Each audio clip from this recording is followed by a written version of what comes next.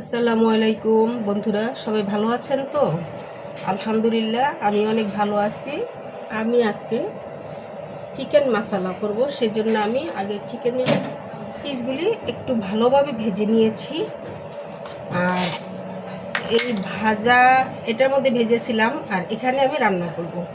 দিয়ে দিচ্ছি পেঁয়াজ কুচি। বিসমিল্লাহ। আমি সবগুলি মশলা একবারে তৈরি করে নিয়েছি। এখানে আছে আদা রসুন বাটা, জিরা বাটা, এখানে পেঁয়াজ বাটা, এখানে দই, তারপরে টমেটো আর শুকনো মরিচ বাটা, এখানে শুকনো মরিচ আর কাঁচা মরিচ বাটা, তারপরে ধনিয়া বাটা, জিরা বাটা, আর এখানে আছে বাদাম আর হলুদ বাটা। পেঁয়াজ কুচির সাথে দিয়ে দিচ্ছি লবণ। দেবো পেঁয়াজ বাটা, আদা রসুন বাটা, একটু কাঁচা গন্ধ যাওয়া পর্যন্ত অপেক্ষা করতে হবে। দিয়ে দিচ্ছি হলুদ বাটা, আর এই হলুদটা অনেক রং হয়, অল্প হলুদে অনেক রং হয়। ধনিয়া বাটা, এখানে আছে টমেটো, শুকনো মরিচ বাটা,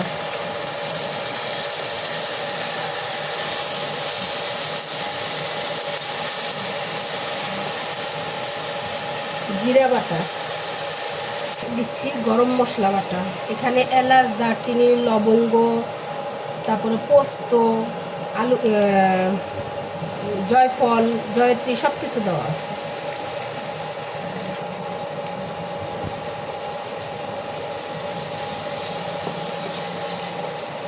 এর দিচ্ছি কাঁচা মরিচ বাটা আর হলো শুকনো মরিচ বাটা। আর এই মশলাটা একটু ঝাল ঝাল হলে খেতে ভালো লাগে।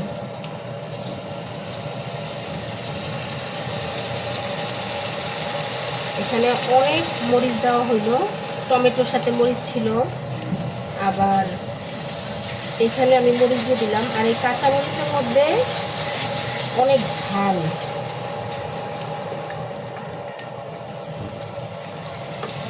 দিয়ে দিচ্ছি বাদাম বাটা,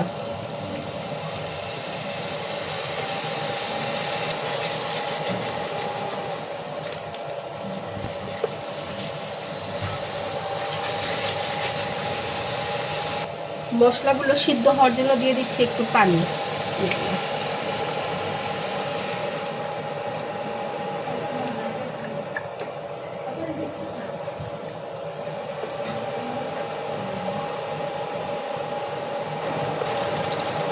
মশলা কষানো হয়ে গেছে, এখন আমি দিয়ে দিব গোশতগুলো। এখানে একটা কলিজা আছে, কলিজাটা দিয়ে দিলাম।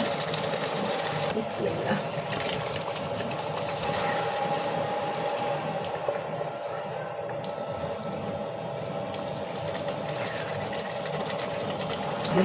দিয়ে দিচ্ছি কিছু আস্ত কাঁচা মরিচ, আরও দিব একটু ভাজা জিরার গুঁড়ো,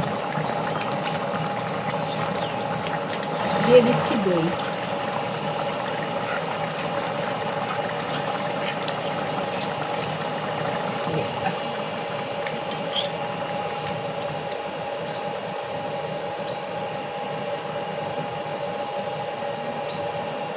দিয়ে দিচ্ছি ঘি।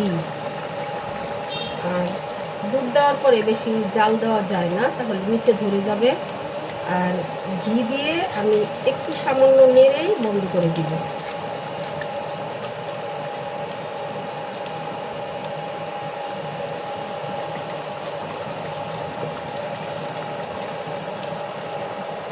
আর আমি রান্নাটা এখানেই শেষ করছি।